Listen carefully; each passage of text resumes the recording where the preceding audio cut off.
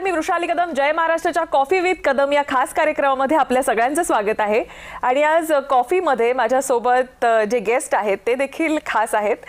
कारण तसं पाहायला गेलं तर भाजप या पक्षाचा पक्ष म्हणून झालेला प्रवास ज्यांनी फार जवळून पाहिला, त्यासोबतच ABVP मध्ये अतिशय सक्रिय, मुंबई युनिव्हर्सिटीमध्ये त्या काळामध्ये ABVPचं जे काम होतं ते त्यांच्या अखत्यारीत घडलं. तेच त्यावेळी प्रेसिडेंट होते आणि त्यानंतर मला वाटतं ती कारकीर्द फार कोणी गाजवू शकलेलंही नव्हतं. त्यानंतर पार्ल्यासारख्या मतदारसंघामध्ये शेवटी लोकांना हे म्हणायला लावणं की पार्ला म्हणजेच पराग आणि पराग म्हणजेच पार्लं, ही जी अचीवमेंट आहे. कारण हाकेला धावून येणारा आमदार म्हणून ज्यांच्याकडे पाहिलं जातं असे पराग अळवणी आपल्या सोबत आहेत. खूप खूप स्वागत आपलं जय महाराष्ट्रमध्ये आणि कॉफीमध्ये. खूप खूप आभार. नेहमी मी हा शो टीव्हीवर बघत असतो. आज मला तुम्ही बोलवलं त्याच्याबद्दल मुख्य म्हणजे आभार.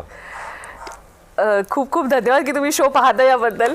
पण जसं मी सुरुवात केली की तुम्ही खरं तर भाजपचा सबंध प्रवास हा पाहिलेला आहे. म्हणजे क्रमांक 4चा असलेला पक्ष ते क्रमांक 1चा असलेला बनलेला पक्ष, इथपासूनचा प्रवास आणि त्या काळात अगदी अडवाणीजींसोबत चे काही अनुभव, ABVP मधले सक्रिय सहभाग, मुंबई ज्यांनी त्या काळामध्ये पेलवली आणि खरं तर भाजप 4थ्या क्रमांकावर असताना किंवा तितकंसं मुंबईमध्ये मोठ्या नंबरवर नसताना सुद्धा ते पेलवून नेणं आणि ते सातत्य ठेवणं हे किती कठीण होतं?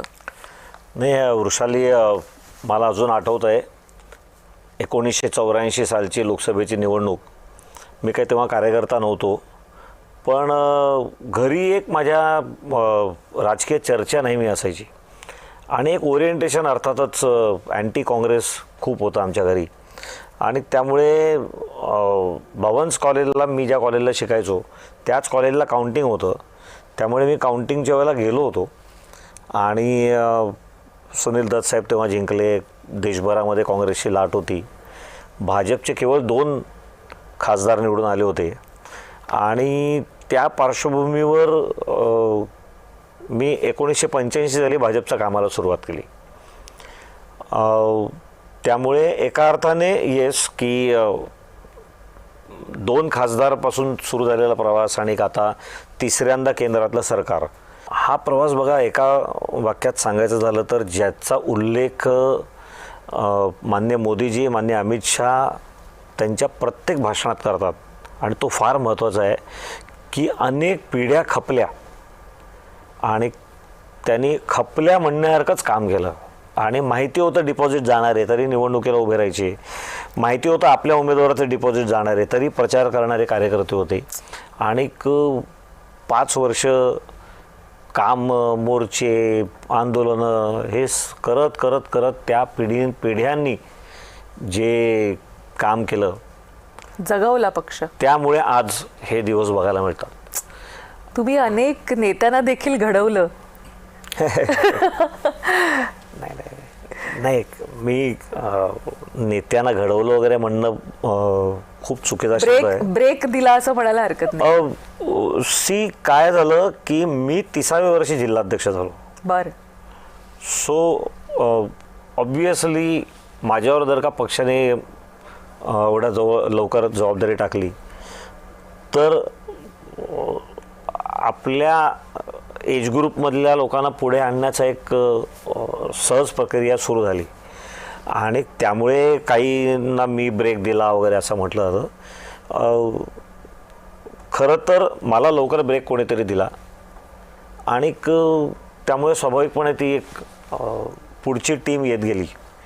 सो मी ज्या लोकसभा मतदारसंघात काम करतो किंवा जिल्हा आम्ही त्याला म्हणतो, तर आमच्या जिल्ह्यामध्ये खूप तरुण कार्यकर्ते त्यामुळे पुढे आले. त्याचं कारण हे की मलाच खूप लवकर. पण तुम्ही ती फळी बनवली ना तरुण कार्यकर्त्यांची, ज्यांनी पुढे मुंबई महानगरपालिकेमध्ये भले पूर्णतः भाजपची सत्ता नसे ना का, पण भाजपचा आवाज हा खंबीरपणे मांडला, मुद्दे खंबीरपणे मांडले, ती फळी तुम्ही निर्माण केलीत. मला 3-4 ठिकाणी खूप तरुण वयात जबाबदाऱ्या आल्या. जसं मी नगरसेवक पण लवकर झालो, मग महापालिकेमध्ये सुद्धा गटनेता बऱ्यापैकी तरुण वयात झालो आणि त्यामुळे स्वाभाविकपणे एक माझ्या पुढची एक टीम येत गेली. सो जसं मी महापालिकेत नगरसेवक झालो होतो तेव्हा 7व्या वर्षी मी स्टँडिंग कमिटीचा मेंबर झालो आहे. तर मग मी जेव्हा गटनेता झालो 7व्या वर्षी, तेव्हा मी तेव्हाचे आमचे मुंबईचे अध्यक्ष होते, त्यांना म्हटलं की अहो हे मला स्वतःला एवढी उशिरा संधी दिली गेली तर फक्त सिनियरिटी बघणं हे योग्य नाही. तर 4 सदस्य जाणार असतील स्टँडिंग कमिटीवर तर 2 तरुण घ्या, 2 सिनियर घ्या. सो जस्ट बिकॉज हा लहान आहे म्हणून ह्याला उशिरा संधी, हे काही योग्य वाटत नाही मला. सो तर हे बोलायची मला संधी का मिळाली, कारण तेव्हासुद्धा मी गटनेता झालो तेव्हा 37 वर्षाचाच होतो. पण मला असं वाटायचं की अन्य लोकांना उशीर व्हायचं काही कारण नाही, लवकर मिळायला काही हरकत नाही. थोडंसं जरा फ्लॅशबॅकमध्ये जाते. तुम्ही इतकं प्रोग्रेसिव्ह पॉलिटिक्स केलं, पण जेव्हा गिव्हिंग इट बॅक अशी वेळ आली तेव्हा तुम्हाला वाटतं का की जेवढी तुम्ही बीजं पेरली होती तितकी फळं मिळाली? 100% ना. मी आज इथे बसलोच नसतो ना. सो काय आहे ना की राजकारणात एवढ्या गोष्टी मिळवण्यासारख्या असतात, त्या मिळत नाहीत. मग आपण विचार करायला लागतो की मला हे नाही मिळालं, मला ते नाही मिळालं, आणि त्यामध्ये ना काय मिळालं आहे ते विसरून जातो, आणि जे मिळालं आहे त्याचा आनंदसुद्धा मग मिळत नाही. सो मला वाटतं की असं मी एवढं केलं त्याच्या बदल्यात मला काय मिळालं, काय नाही मिळालं याची लिस्ट खूप मोठी असू शकते. कुठल्याही व्यक्तीने मला असं फक्त राजकारणात नाही, राजकारण मी यासाठी म्हटलं की इथे खूप जास्त एक्सपोजर आहे आणि खूप जास्ती गोष्टी अचीव करण्यासारख्या आहेत. म्हणून मी नेहमी म्हणतो की राजकारणातला हॉरायझॉन जो आहे, क्षितिज, ते थोडं जास्तच लांब आहे, कारण खूप काही आहे ना. त्यामुळे तुम्हाला किती मिळत गेलं तरी तुम्हाला वाटतं की अरे अजून मला खूप पुढे जायचं आहे. कुठल्या तरी एका पॉईंटवर मागे सुद्धा वळून बघितलं पाहिजे की मी कुठे होतो, कुठून आलो इकडे. 18 वर्षाचा मी असताना मी राजकारणात आलो. तेव्हा नगरसेवक पद म्हणजे काय असतं हे माहीत नव्हतं. तेव्हा महापालिकेतली सत्ता काय असते माहीत नव्हती, राज्यातली केंद्रातली सत्ता म्हणजे काय तर काही माहितीच नव्हतं.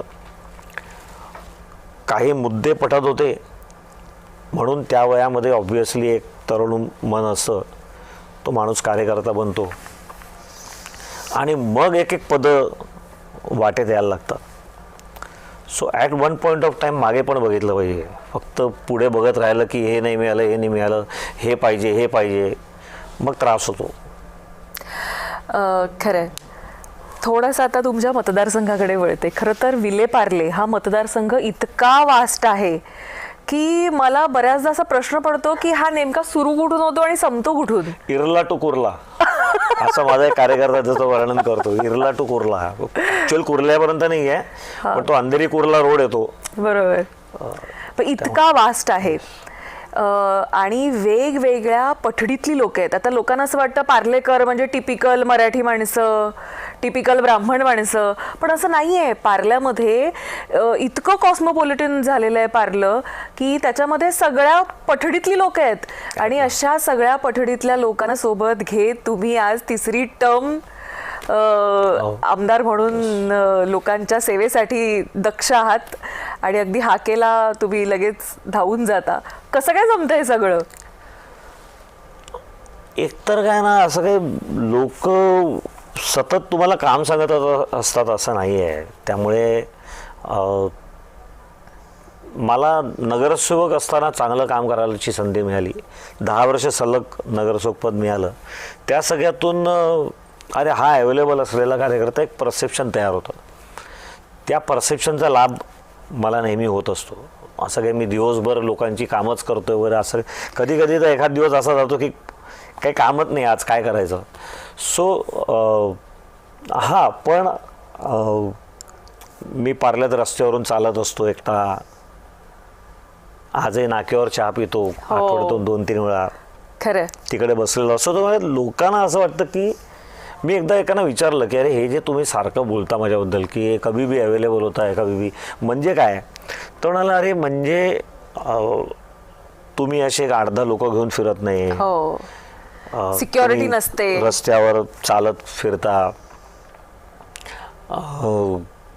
तर त्यामुळे लोकांना असं वाटतं की अरे ह्याच्याकडे कधी जायचं असेल तर हा अप्रोचेबल आपण जाऊ शकतो. त्यामुळे लोक येऊन प्रत्यक्षात भेटली नसली तरी त्यांना असं वाटतं की नाही कधी काम लागलं तर पोचू शकतो आपण ह्याच्याकडे. मला वाटतं ते एक खरा मुद्दा सांगतो की पार्ल्यात प्रत्येक माणूस असा आहे. तुम्ही राहायला पार्ल्यात, मोठे पत्रकार पार्ल्यात राहतात, मोठे लेखक राहतात, ॲक्टर्स राहतात. अजूनही मी पार्ल्यातच आहे बरं का. अजूनही पार्ल्यात राहायला म्हणजे वृषाली कदम अजूनही पार्ला मार्केटमध्ये भाजी घ्यायला येते. अगदी बरोबर आहे. अगदी असंच सचिन खेडेकर पण दिसतो कधीतरी पार्ला मार्केटमध्ये. असंच कधीतरी सुमित राघवन पण दिसतो. खरं. असंच कधीतरी दीपक घैसास एवढे मोठे उद्योगपती तेही दिसतात. सो तो एक पार्ल्याचा एक स्वभाव आहे की लो प्रोफाईल राहणं. आणि सो तेच बघत बघत आपण शिकत असतो. पार्ल्याचा जसं मी म्हटलं की आवाका मोठा आहे. म्हणजे जिथं विहिरी आहेत, जिथं जुन्या इमारती आहेत, जिथं आता मोठ्या इमारती बनत आहेत, कारण जरा रनवे पुढे सरकल्यामुळे अनेक ठिकाणी जिथं छोट्या इमारती होत्या तिथं रिडेव्हलपमेंट मोठ्या पद्धतीनं चाललं आहे. रिवॅम्प होतो आहे, पार्ल्याचा लुक चेंज होतो आहे. पुन्हा विमानतळ जवळ असल्यामुळे त्याही काही लिमिटेशन्स आणि अडचणी त्याही तुम्हाला फेस कराव्या लागतात. म्हणजे बऱ्याच ठिकाणी असं आम्ही म्हणतो की खरं नगरसेवकाचेच अनेक प्रश्न लोक आमदाराकडे घेऊन जात असतात की आमचा गटाराचा प्रश्न आहे, पाण्याचा प्रश्न आहे. इथं पाण्यापासून गटारापासून ते अगदी एअरपोर्ट पर्यंतचा प्रश्न आहे ना. नाही बघा, जमिनीपासून आकाशापर्यंत असे सगळे प्रश्न पार्ल्यामध्येच पडतात. कधी कधी ना एक अशी विसंगत आपल्याशी घडत असते की जो तुमचा स्ट्रॉंग पॉईंट असतो तोच तुमचा मग नेगेटिव्ह पॉईंट होऊन जातो. पार्लं सुंदर ह्याचं महत्त्वाचं कारण हे होतं की 2 एअरपोर्ट. इकडे हायवेच्या पुढे पार्लं वाढलंच नाही. तुम्ही अंधेरी बघा कुठपर्यंत आहे, सांताक्रूझ बघा कुठपर्यंत आहे, पार्लं कुठपर्यंत आहे. हायवेच्या पलीकडे पार्लं नाही गेलं. बरोबर. वेस्टला SV रोडला लागूनच एअरपोर्ट आहे. त्यामुळे एका बाजूला जेवी पेढी, पण जेवी पेढीसुद्धा जुहूसुद्धा समुद्र खूप अलीकडे आहे. तुम्ही अंधेरीला गेलात तर वर्सोवा कुठपर्यंत आहे. बरोबर. आणि पार्ला वेस्टला जुहू कुठपर्यंत आहे. सो समुद्र आतमध्ये आलेला आहे. अर्ध्या पार्ला वेस्टमध्ये तर पार्ला वेस्टचा जो पवनहंस एअरपोर्ट, ह्या 2 एअरपोर्टमुळे वस्ती रिस्ट्रिक्टेड राहिली. बरोबर. जागा ऑक्युपाय, वस्ती रिस्ट्रिक्टेड राहिल्यावर, डेन्सिटी कमी म्हटल्यावर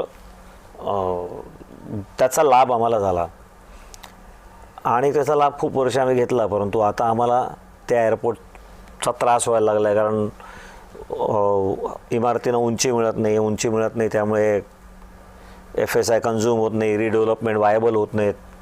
हे प्रश्न आता निर्माण झालेत. अडचण ही आहे की असे प्रश्न ऐरणीवर येईपर्यंत सरकारच्या लक्षात येत नाहीत. आणि दिल्लीमध्ये जे बसले, म्हणजे आपण एअरपोर्टबद्दल बोलत असल्यामुळे एअरपोर्टमध्ये सुद्धा काही गोष्टी जर का घडल्या तर या उंचीचा थोडासा प्रश्न सुटू शकतो. अशा गोष्टी आहेत. पण रिडेव्हलपमेंट मुळात फक्त मुंबई शहरात आहे. अजून इतर शहरात रिडेव्हलपमेंट पोचलेलं नाही, कारण अजूनही रिकाम्या जमिनी खूप आहेत. बरोबर. दिल्लीतल्या बाबूंना रिडेव्हलपमेंट नावाची गोष्ट कळतच नाही. त्यामुळे सो आमच्या इमारतींचे रिडेव्हलपमेंट होत नाही आहे, तुमची हाईट मिळत नाही एअरपोर्टमुळे, हे त्यांना लक्षातच येणार नाही. दुर्दैवाने मंत्रालयातल्या काही अधिकाऱ्यांना सुद्धा मुंबईत राहूनसुद्धा यातली ही अडचण लक्षात येत नाही आहे. मग ते काहीतरी तोडगा काढतात, पण तो तोडगा पुरेसा नसतो. तो पुरेसा का नाही आहे हे त्यांच्या लक्षात येत नाही. त्यामुळे तो एक यू हॅव राईटली पॉइंटेड की त्या विषयावर खूप मेहनत करावी लागते. ब्रेक थ्रू मिळत नाही आहे. लोकांना पटतं आहे की येस हा प्रॉब्लेम आहे, त्याच्यावर आता सोल्युशन आणलं पाहिजे. परवा खूप उद्विग्न होऊन एकानं म्हटलं की एखादी बिल्डिंग पडायची वाट बघताय का तुम्ही? आयलँड सिटीमध्ये तुम्ही रिडेव्हलपमेंटसाठी किती प्रस्ताव, किती प्रकारच्या योजना आणता. तर उपनगरांमध्ये सुद्धा हे प्रश्न आहेत. पार्लं असल्यामुळे एअरपोर्टचा प्रश्न आहे, अजून कुठेतरी त्या डिफेन्सचा प्रश्न आहे, अजून कुठेतरी त्या CRZचे प्रश्न आहेत, रेल्वे ट्रॅकला लागून असलेल्या इमारतींचे त्यांच्या काही रिस्ट्रिक्शन्स आहेत, बफर झोन सोडावा लागतो वगैरे. मग ह्या सगळ्यावर उत्तरं लगेच यासाठी मिळत नाहीत की तो बसलेला अधिकारी आहे, तो जोपर्यंत ते फेस करत नाही तोपर्यंत त्याच्या लक्षात येत नाही की चालू आहे. पण प्रयत्न करत राहायचे. त्याचसाठी तर लोकप्रतिनिधी आपण बनतो की सतत प्रयत्न करत राहा. मी हा मुद्दा 2015 पासून मांडतोय, तो आत्ता ॲक्नॉलेज होण्यापर्यंत तर पोचलेला आहे. फॉर्च्युनेटली देवेंद्रजी CM आहेत, ज्यांनी नगरसेवक म्हणून पण काम केलेलं आहे, त्यामुळे त्यांना छोटे प्रश्न म्हणजे कमी लोकांचे त्यांचं गांभीर्य कळतं, त्याचं गांभीर्य कळतं. खरंय. ज्यांनी छोट्या मतदारसंघात काम केलंय त्यांना आहे ना की छोट्या समूहाचा प्रश्न हा प्रश्न नाही असं नाही वाटत, कारण ती सवय असते लहान लहान समूहाची कामं करायची. नाही, तुम्ही अनेक आता हे प्रश्न घेऊन झगडताय, अनेक वर्ष तुम्ही झगडताय. आम्ही तुमची भाषणं पाहिलेली आहे, तुम्ही मुद्दे उपस्थित करता विधानसभेमध्ये, ते देखील पाहिलेलं आहे. मुंबईच्या प्रश्नांवर सर्वाधिक बोलणारा आमदार म्हणून देखील तुमच्याकडे पाहिलं जातं. फार गाजावाजा न करता पण आपल्या मुद्द्याशी ठाम राहून सतत ते मुद्दे कसे पटलावर येतील याची शहानिशा करणारा आमदार म्हणून तुमच्याकडे पाहिलं जातं. हे करत असताना पराग अळवणी जेव्हा मागे वळून पाहतात, तर तुम्ही मला सांगितलं की थोडा है थोडे की जरूरत है, त्या पद्धतीचं राजकारण हे चालू असतं. किंवा मात्र ज्यावेळी तुम्ही मागे वळून पाहता, जसं तुम्ही अनेकांना ब्रेक दिले, तुम्ही म्हणताय की तुम्हाला फळं मिळाली नाही मिळाली, ते आम्हाला राजकीय जीवनात थोडंफार दिसून येतच. पण पराग अळवणी म्हणजे मला बऱ्याचदा असं वाटतं की राखेतून तुम्ही एक दोनदा नाही, असं वारंवार वर आलेले आहात. म्हणजे एक असा काळ की पक्षाचा सर्वात एकनिष्ठ असा आमदार, ज्याला अपक्ष म्हणून उभं राहावं लागलं आणि तो अपक्ष म्हणून उभं राहून जिंकला. दोन गोष्टी म्हणजे ही सांगितल्या, वेळ येणं आणि ती निभावणं. हा म्हणजे मला वाटतं एकतर तेव्हा कोणाला वाटलं नसेल की हा असं काय बंडखोरी करेल, म्हणून तसा निर्णय घेतला गेला असेल. ठीक आहे, अल्टिमेटली मी खूप डेस्टिनीमध्ये मानणारा माणूस आहे की माझा ठाम विश्वास आहेच की आपल्याबद्दल सगळं लिहिलेलं आहे, आपण ते किती नीट करू शकतो एवढंच आपल्या हातात असतं. घडणारी गोष्ट घडणारच आहे. मी तर 97-97ला नगरसेवक झालो, 2002ला झालो, 2007ला माझा वॉर्ड OBC झाला. पक्षाने प्रयत्न केला की मला दुसरा वॉर्ड मिळावा, पण ते युतीमध्ये काही जमलं नाही. पण त्याही दिवशी मी असं म्हटलं होतं की मला पक्षाने खूप काही दिलं आहे, त्यामुळे मला नाराजी काही नाही. 2012ला काहीतरी वेगळ्या गोष्टी घडल्या. ऑब्व्हियसली आता त्याला एवढी वर्ष झाली, त्यामुळे त्या उगाळत बसण्यात मतलब नाही. आणि मला एका नेत्याने म्हटलं होतं की तू ह्या निर्णयामुळे म्हणजे ती बंडखोरी झाली, आम्ही अपक्ष जिंकलो. त्यानंतर मला एका मोठ्या नेत्याने म्हटलं की तू मनात ठेवू नको. म्हटलं मी ठेवूच शकत नाही, कारण मी तुमचं ऐकलं नाही. मी तुमचं ऐकलं असतं आणि माझं नुकसान झालं असतं आणि मग मी ते मनात ठेवलं असतं. आत्ता मी तुमचं ऐकलं नाही आहे, त्यामुळे मी काही मनात ठेवण्यासारखं काही घडलेलं नाही. झालं. पण एक गोष्ट आहे की त्या निवडणुकीत मतदारांनी जी साथ दिली ती आयुष्यात नाही विसरू शकत. म्हणजे मला कॉन्फिडन्स होता त्या निवडणुकीत, पण बघा मतदाराचं खूप लक्ष असतं तुमच्याकडे. 5 वर्षाची गॅप होती माझी. मी 2007 ते 2012 नगरसेवक नव्हतो आणि 2012ला अपक्ष उभं राहिले. आणि पण लोकल तुमच्याकडे बघत असतात, तुम्ही काम करत असाल तर मतदार खूप सुज्ञ आहे, पार्ल्याचा आहे, सगळीकडचा आहे. आणि ठीक आहे ते झालं. पण मला वाटतं की ज्या गोष्टी व्हायच्या त्या होणार असतात, त्या आपल्याला शिकवून जातात, त्या आपण तसं करत जातो. आज मात्र मला असं वाटतं की नाही, खूप मिळालं ना, काही नाही मिळालं असंही नाही, नाही मिळालं असंही नाही, खूप काही गोष्टी मिळाल्या. त्यामुळे मगाशी पण मी म्हटलं ना आपल्या चर्चेत की राजकारणात एवढ्या गोष्टी वाटेत येतात ना, आणि प्रत्येक गोष्टीला मी कसा लायक आहे हे आपण ठरवत जातो. मला इंदुमती लेले फार मोठ्या कोरिओग्राफर होत्या, विशेष करून त्यांचं त्या लोकनृत्यांमध्ये खूप मोठं नाव होतं. ते आमच्याकडे जज म्हणून आले होते का डान्स स्पर्धेला. बरं. आणि 5 वर्षाची मुलगी पहिली आली होती. बरं. तिला त्याने कॉन्सलेशन पण नाही दिलं. का? आणि ती रडत आली स्टेजवर की माझं काय चुकलं. मी तर म्हणे काहीच नाही चुकलं. तर मला बक्षीस का नाही मिळालं. तर कदाचित तुझ्यापेक्षा इतरांनी चांगला डान्स केला असेल. सो त्या दिवशी मला असं जाणवलं की इंदुमती लेलेंचा सुद्धा एक ओरिएंटेशन आहे ना. त्यामुळे त्यांनी त्यांच्या अँगलमध्ये विचार केला आणि बक्षिसं काढली. सो प्रत्येकाचं एक ओरिएंटेशन असतं. नंबर 1. नंबर 2, तुम्ही खूप चांगलं काम करता असं प्रत्येकालाच वाटतं की माझा परफॉर्मन्स बेस्ट आहे, इतरांचा तुमच्याहून चांगला झाला असेल. सो ह्याही गोष्टी होतात. पण राजकारणामध्ये ही संधी गेली तर मग मी मागे फेकला जाईन ह्या भीतीपोटी प्रत्येक गोष्ट आपल्याला मिळाली पाहिजे असं आपल्याला वाटत राहतं. कदाचित मलाही एका काळात वाटत राहिलं असेल तसं. पण प्रमोद महाजनांचं खूप चांगलं वाक्य होतं की पावलोपावली जिथे तुमच्या मनाविरुद्ध घडतं त्या क्षेत्राला राजकारण म्हणतात. वा वा वा. ते हे वाक्य बरेचदा सांगायचे त्यांच्या समारोपीय भाषणांमध्ये वगैरे. त्यांनी कधीच वाक्य पूर्ण केलं नाही. ते एकेकाळी माझ्या लक्षात आलं की त्यांचं पूर्ण वाक्य हे होतं, जे ते पुढचं बोलले नाही ते मी सांगतो. थांबायचं तर थांबा, पेशन्स असेल तर थांबा, नसेल तर यू कॅन क्विट.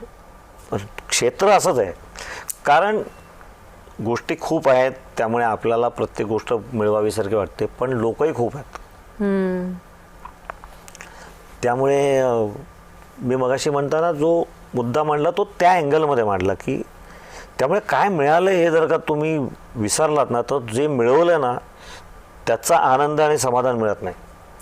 मला असं वाटतं त्या निवडणुकीनंतर, जसं मी आत्ता रेफरन्स घेतला की अपक्ष म्हणून तुम्ही उभे राहिलात आणि प्रचंड तुफान नंबर्सनी तुम्ही जिंकलात, त्यानंतर कदाचित पारलं म्हणजे पराग आणि पराग म्हणजे पारलं हे अधोरेखित अधिक झालं असं म्हणायला हरकत नाही आहे. आणि जे लोकांनी मान्य देखील केलं, अनेक ठिकाणी छापून देखील आलं.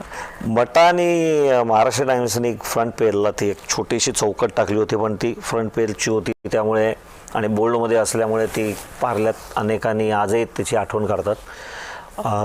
अर्थात मी सुद्धा खूप कट्टर पार्लेकर असल्यामुळे पार्लेकरांना असं कोण पार्ल्याची तुलना कोणाशी होऊ शकत नाही. एका व्यक्तीशी तर नाहीच नाही. एका व्यक्तीशी करायची असेल तर पु ल देशपांडे, पुलंचं पार्लं असं म्हणायला चालेल. मला वाटत नाही की पुलंचं पार्लं सोडलं तर अजून कोणाशी. हा त्या निवडणुकीत ते झालं त्या. आणि मला वाटतं की तेव्हा ना लोकांना जेन्युइनली वाईट वाटलं की अरे असं कसं याला आम्ही लहानपणापासून काम करताना पाहिलं आहे आणि ती निवडणूक तशी त्या भावनेत गेली. त्याची पुनरावृत्ती होते की काय नाही यावेळी असं वातावरण निर्माण झालेलं, तुम्ही डिनाय करू नका. नाही ठीक आहे ना, पण वातावरण निर्मिती नक्कीच झालेली होती, लोकांमध्ये धाकधूक होती. मात्र आयत्या वेळी पुन्हा एकदा लोक तुमच्या बाजूने उभी राहिली.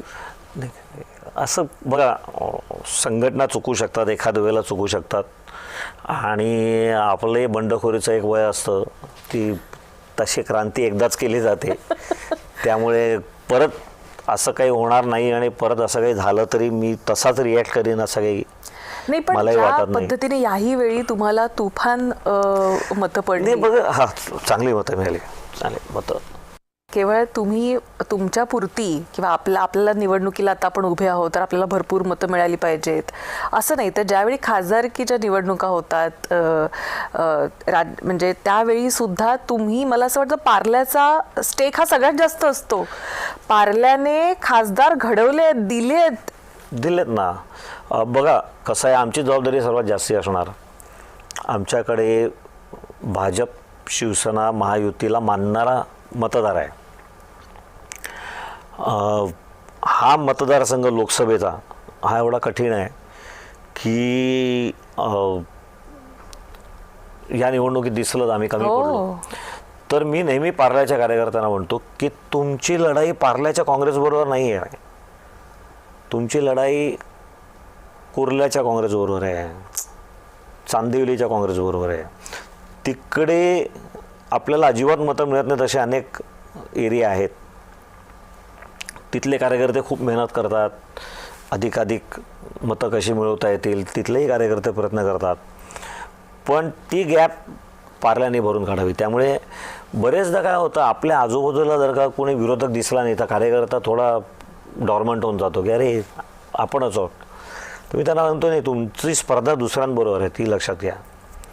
आणि त्यामुळे पार्ल्याची जबाबदारी जास्ती येते.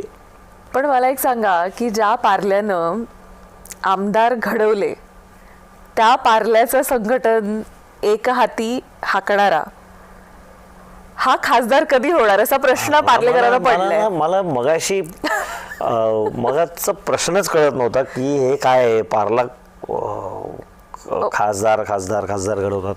आता मला लक्षात आलं हे कशासाठी विचारलं तुम्ही. पार्श्वभूमी जरा ॲम्बियन्स तयार करत होते मी त्याचा. आणि मला असं वाटतं की हे खरंच आहे ना, जर आपण रेशो जर पाहिला तर पार्ल्याचं कॉन्ट्रीब्युशन हे सर्वाधिकच आहे ज्यावेळी पार्ला वोटिंगला बाहेर पडतं.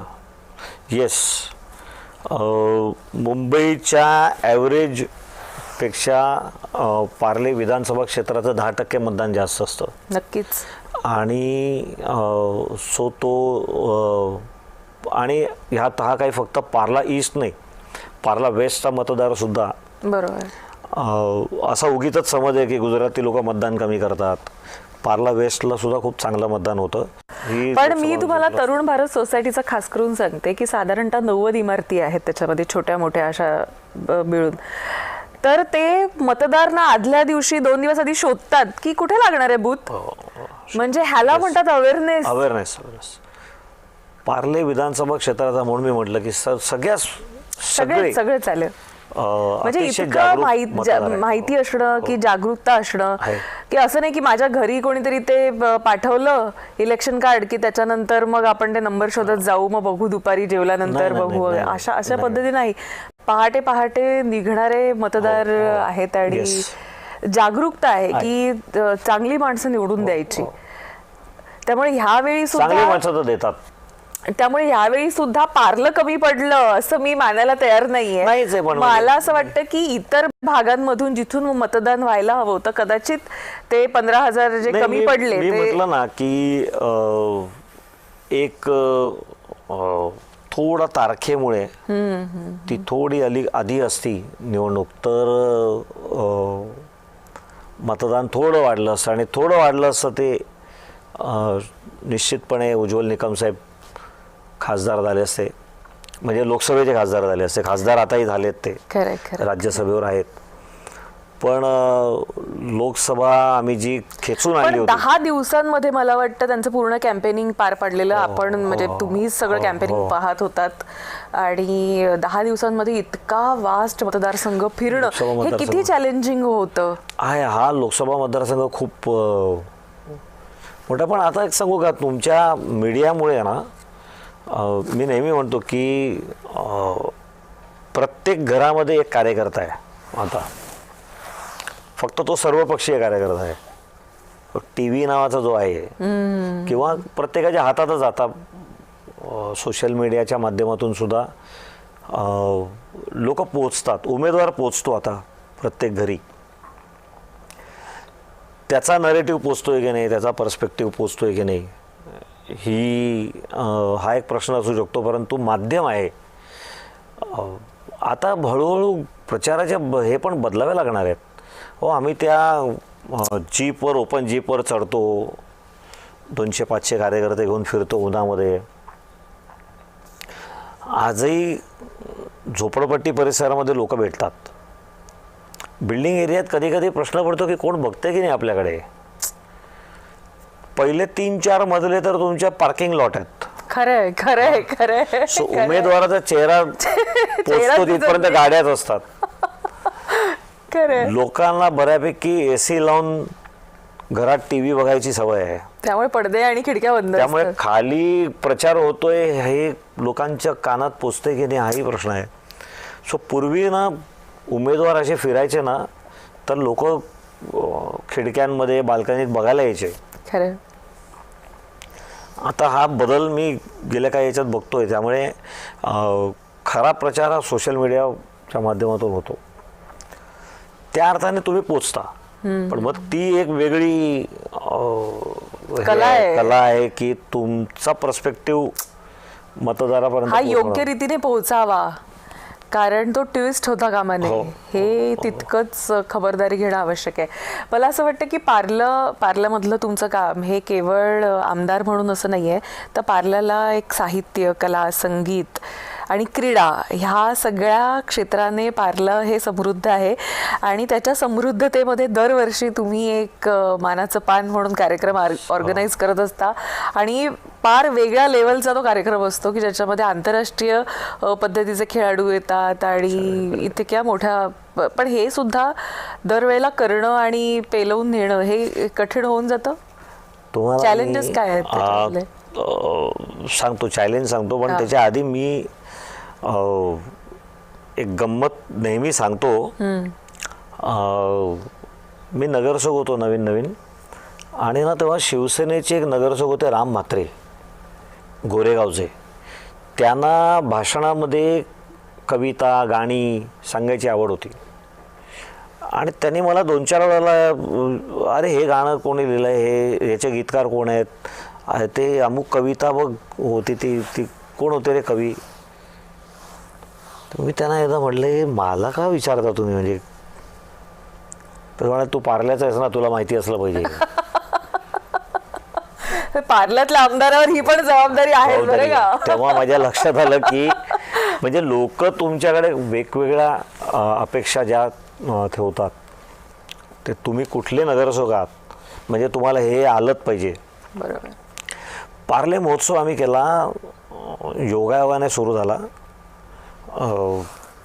सन 2000 उगवतं सहस्त्रकाचं स्वागत केलं पाहिजे अशी कलेक्टर साहेबांनी बैठक लावली होती.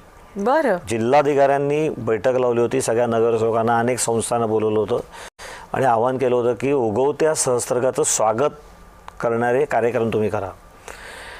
आता जसं मी मगाशी हे म्हटलं की आमच्याकडे पार्ल्यात एवढ्या संस्था आहेत आणि एवढ्या प्रकारच्या ॲक्टिव्हिटीज चालतात, तर आता आपण नवीन करायचं.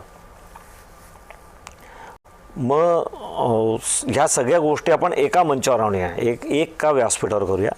आणि मी कॉलेज जीवनापासून थोडा ॲक्टिव्ह असल्यामुळे कॉलेज विद्यार्थी परिषदेत आम्ही असताना 1985 हे आंतरराष्ट्रीय युवक वर्ष होतं. सो 85च्या सुरुवातीला आणि शेवटी असे आम्ही 2 फेस्टिवल केले होते. जल्लोष नावाचे इंटर कॉलेजिएट स्पर्धा त्यात घेतल्या होत्या. तो एक मॉडेल माझ्या डोक्यात होता आणि मग आम्ही ठरवलं की आपण पण अशा स्पर्धा घेऊ. पण मी शाळेत असताना मी नेहमी 12वा 13वा खेळाडू असायचो.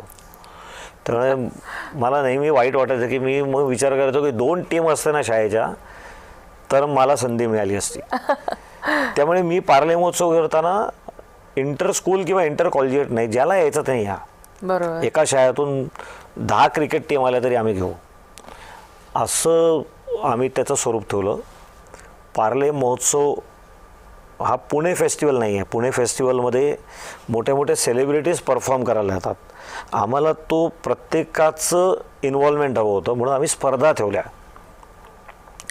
आणि सुदृढ बालक स्पर्धेपासून अक्षरशः 6 महिन्याचं बाळ वगैरे तान्हं बाळ येतं तिथपासून ते ज्येष्ठ पण नागरिकांपर्यंत. इतक्या लोकांना एका प्लॅटफॉर्मवर आणणं हेच, आणि इतके पार्लेकर एकत्र येत असतात त्या बाणाने, मला असं वाटतं की पार्ला मेळावाच असतो तो. परत मला खूप लोक हा प्रश्न विचारतात की अरे पार्ले महोत्सव होतो इतर ठिकाणी का होत नाही. तर इतर ठिकाणी होतो पण दरवर्षी नाही होत. आणि मला हे आवर्जून सांगितलं पाहिजे की काही छोट्या छोट्या गोष्टी असतात की खरं हे आमदारांच्या लक्षात येतात नाही येतात. तर पार्ल्यामधलं जे मैदान आहे जिथे वॉक घ्यायला जातात लोक, मी पण पूर्वी जायचे वॉक घ्यायला, तर तिथे मुलं क्रिकेट खेळत बसायची, मग ते क्रिकेटचे बॉल यायचे, मग तिथंही नेट लावून घेणं, नेट लावलं होतं. ह्या सगळ्या गोष्टी आपसूक इतक्या, म्हणजे कोणालाही डिस्टर्ब न करता तुम्ही तुमचा वॉक घ्या, त्यांना खेळून दे. काय होतं ना, सगळ्या मैदानांवरचा हे भांडण असेल कदाचित. ज्या ज्या मैदानांवर जॉगिंग ट्रॅक केलंय, खरं चालणाऱ्यांना वाटतं की हा बॉल आम्हाला लागतो. बरोबर. क्रिकेट खेळणाऱ्यांना मला वाटतं, मी तर माझ्याकडे ही भांडणं खूप यायची आणि मी हात जोडून सांगायचो की तुम्ही रोडवर चाला, मैदानावर मुलांना खेळून द्या.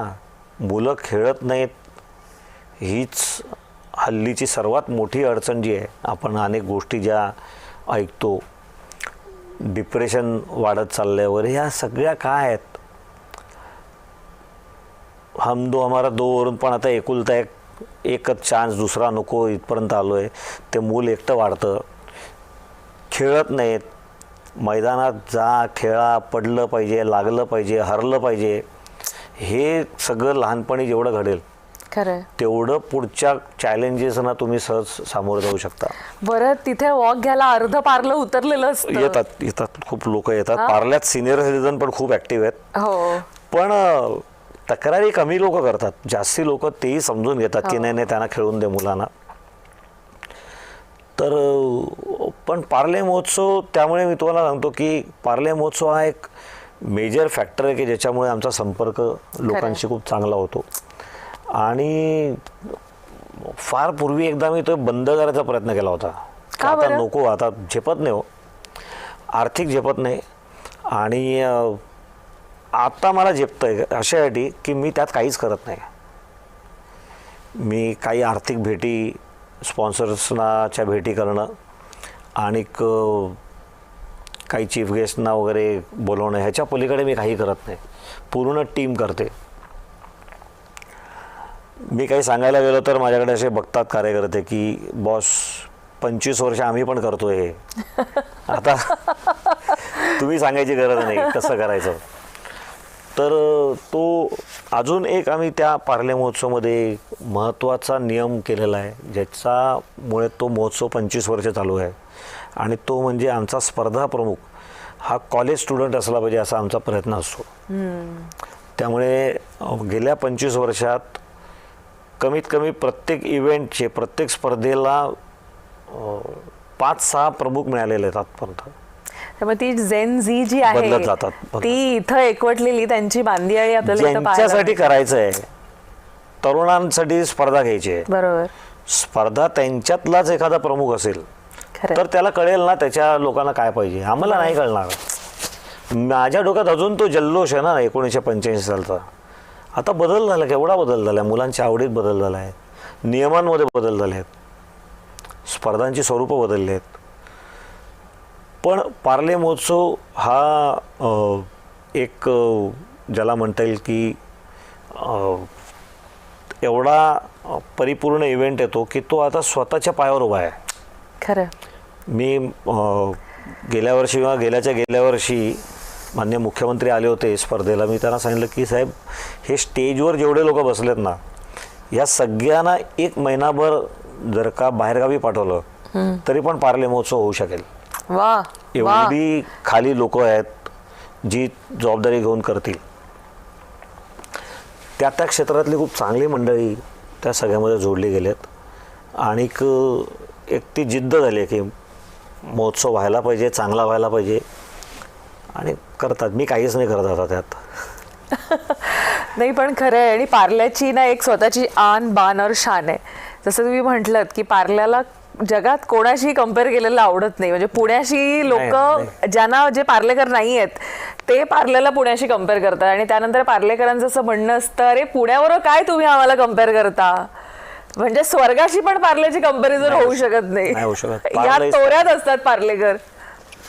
अशा पार्लेकरांना जेव्हा असे पार्लेकर हे एक्सेप्ट करतात की पार्ला म्हणजेच पराग आणि पराग म्हणजेच पार्लं, तर मला असं वाटतं की फार मोठी एक एकदा थाप ते तुम्हाला दिलेली आहे. लोकांनी ते एक्सेप्ट केलेलं त्या एका आहे. निवडणुकीत असं हे बोललं गेलं, समीकरण जुळवून आलेलं आहे. पार्ला म्हणजे पराग, पराग म्हणजे पार्ला, असं खरं तर त्याहून खूप मोठं आहे पार्लं. तुम्हालाही माहिती आहे की खूप मोठी लोक राहतात तिकडे. ती एक निवडणूक तशी झाली की ज्याच्यात ते स्लोगन चाललं.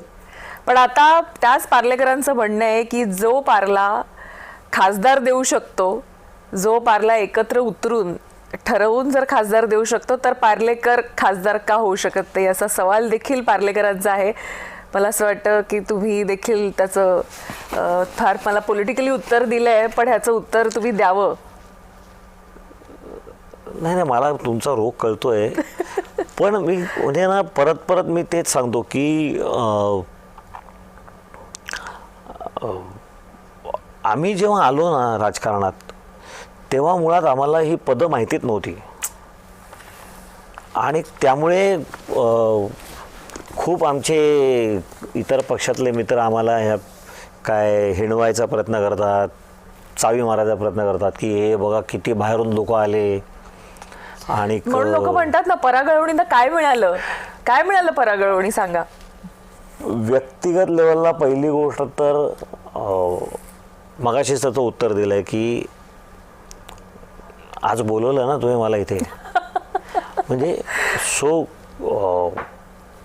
कोण ओळखत होतं आम्हाला, नाही तर भाजपनी पराग अळवणी हे नाव तयार केलं. संपूर्ण पहिल्या निवडणुकीत मला कोण ओळखत होतं? एक युवा मोर्चाचा कार्यकर्ता होतो मी. मला पक्षाने समोरून तिकीट दिलं. 2004ला मी नाराज झालो होतो, मला विधानसभेचं तिकीट मिळालं तेव्हा, की अरे कशाला, मला नको आहे तर कशाला देत आहे. नंतर माझ्या लक्षात आलं की मी ती निवडणूक हरलो, 22,000 मतांनी हरलो, पण त्या निवडणुकीने मला किती मोठं केलं. खरं.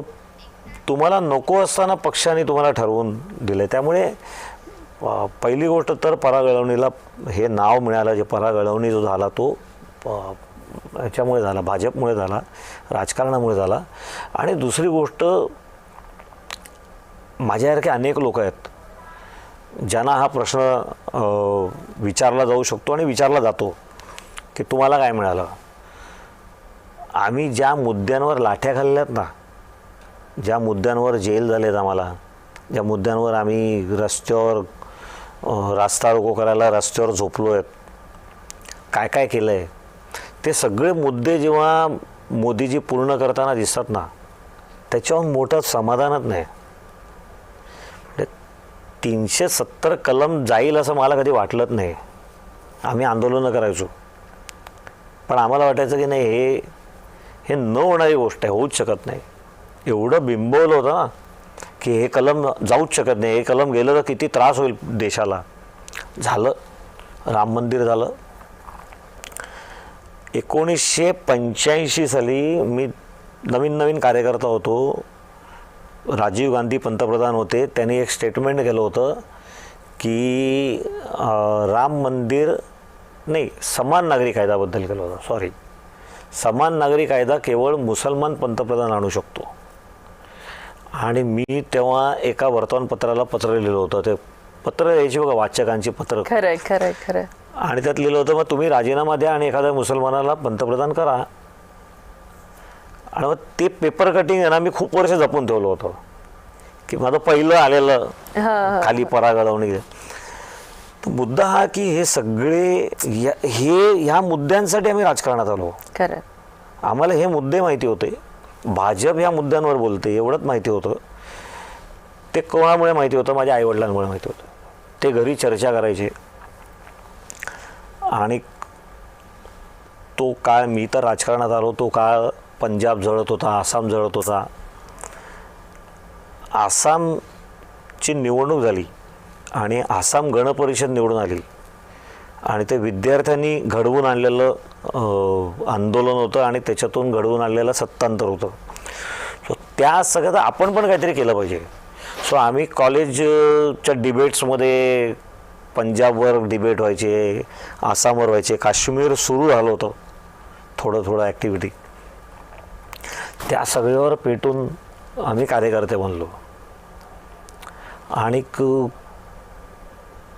भाजपचं हे यश हा एक मुद्दा, परंतु भाजपच्या सरकारांनी केलेल्या ह्या सगळ्या गोष्टी, पूर्ण केलेल्या ह्या गोष्टी, जो आयडिओलॉजिकल यश आहे, त्याहून मोठं समाधान काय आहे जेन्युइनली. आणि हे जो विसरला ना की तू काय आला होता राजकारणात, तो कधीच सुखी होणार नाही. कारण राजकारणात एवढ्या गोष्टी आपल्याला हव्या असं वाटतात, त्या सगळ्या मिळत नाहीत. प्रमोदजींनी सांगून ठेवलंय. तर पावलोपावली दुखी होण्यापेक्षा पावलोपावली आनंद घ्या ना. बरं, आता आपण काही पावलंच दूर आहोत. मुंबई महानगरपालिकेमध्ये महापौर कोण बसणार याच्यावर पहिल्यांदाच भाजपचा महापौर बसतोय. तुम्ही मुंबईच्या कोर कमिटीमध्ये आहात. कोणाचं नाव फिक्स केलंय?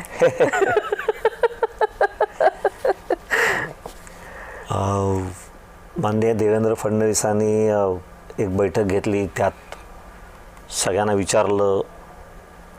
मग म्हणाले बैठकीत नसेल सांगायचं तर व्यक्तिगत तुम्ही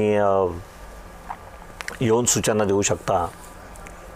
मला वाटतं की एवढी ट्रान्सपरंट प्रोसेस फार क्वचित कुठल्या पक्षामध्ये होते. आणि ह्या प्रोसेसमधनं जो बनेल तो चांगलंच नाव येईल. पण आनंद आहे की भाजपचा पहिल्यांदा महापौर होतोय. प्रश्नच नाही हो. मला माहीत नाही त्या दिवशी माझं काय होईल ते बघताना आत्ता सुद्धा माझ्या डोळ्यात पाणी येतं. सो 10 वर्ष बसलोय त्या सभागृहात मी आणि विचार करायचो की अरे काय यार, भाजपचा कोण कधी बसेल तिकडे. सो आताही मुळात तर अजून हे गुलदस्त्यात की भाजपचा होतोय की शिवसेनेचा होतोय मला माहित नाही, मला तरी माहित नाही. पण भाजपचा झाला तर तो हार्डकोर भाजपचा. पण आपण आत्ता तरी त्यामुळे असं म्हणूया की महायुतीचा महापौर बनणार आहे. पण त्या महायुतीच्या महापौरामध्ये 89 भाजपचे नगरसेवक असणार. खरं.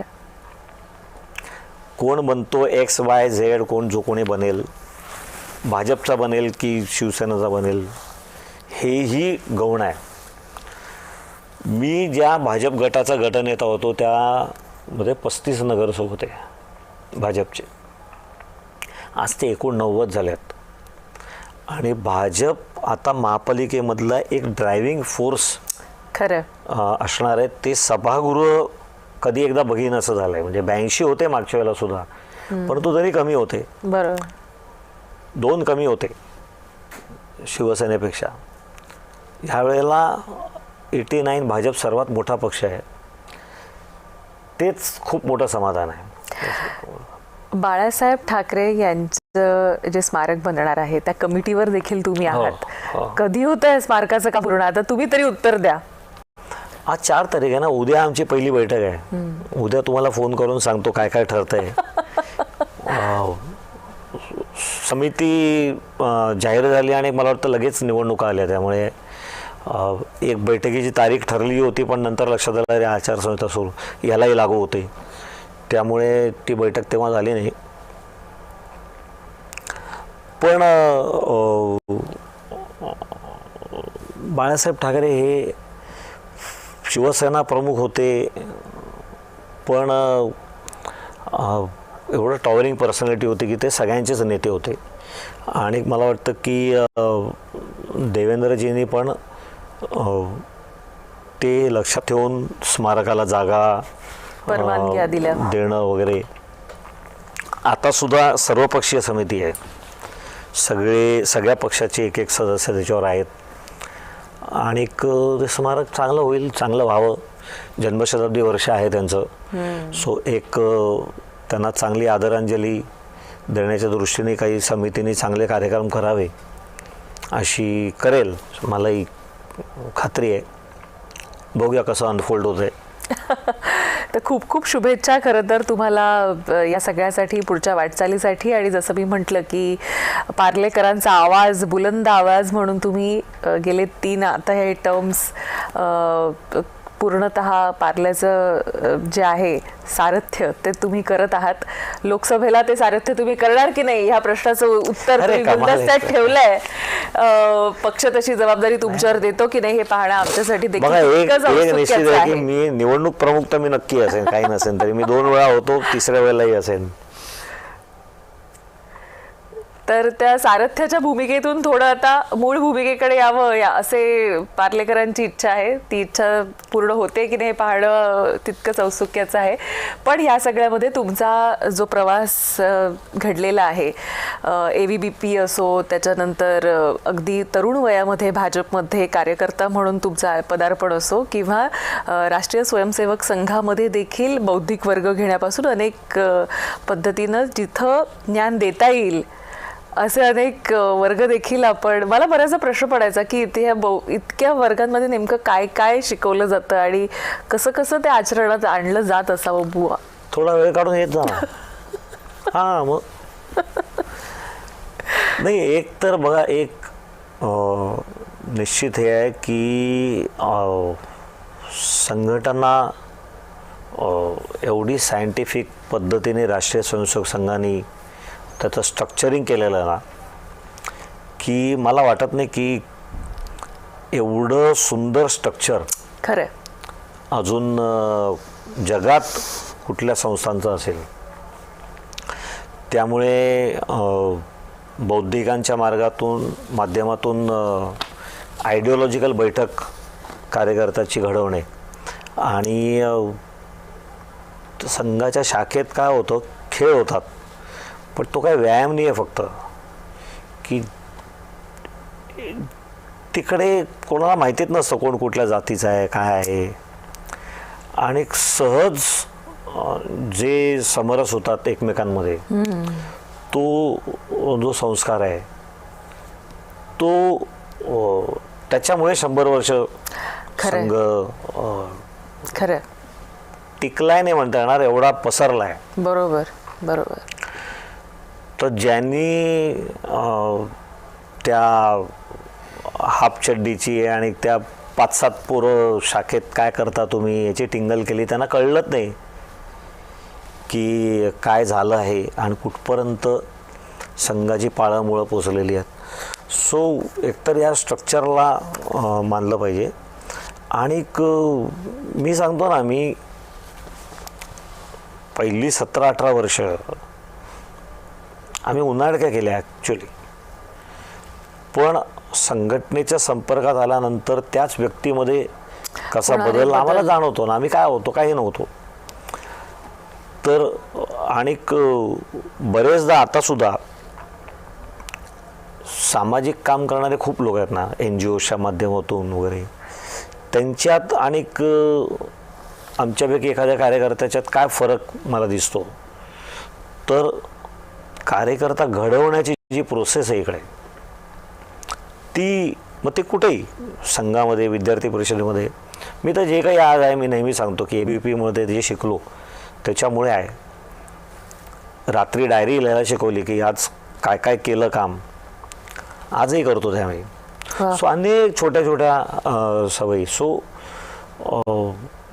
आज काय झालं, आज ह्या सगळ्याचं कौतुक होतं. एकीकडे आमची खिचाई करायची लोक, पण ती जी कार्यपद्धती तयार झाली संघामध्ये, संघाच्या सगळ्या संस्थांमध्ये,